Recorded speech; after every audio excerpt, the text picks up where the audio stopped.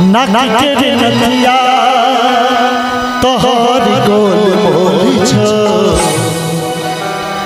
नाके नदिया तोहर गोल बोली छो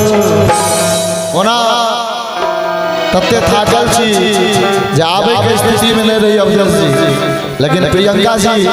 पिछलो बेर हमरा कहने रहे उपनयन में आवे ले तो मौका नहीं छल एहि बेर हाजिरी लगावे के लेल छी नाके नथिया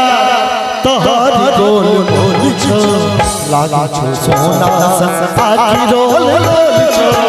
नाके नथिया तोहर गोल बोली छो नाके नथिया तोहर गोल बोली छो लागा छो सोना आखी रोल बोली छो नाके नथिया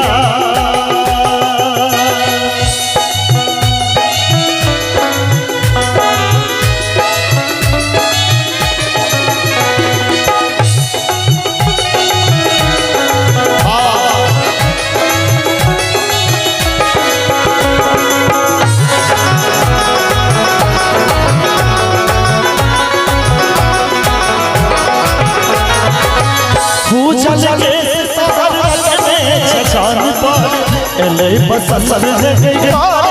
जाने ओ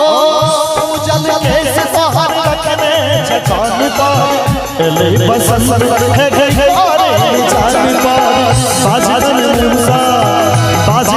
मूसा तोहर मीठी बोल छो बाजन मूसा तोहर मीठी बोल छो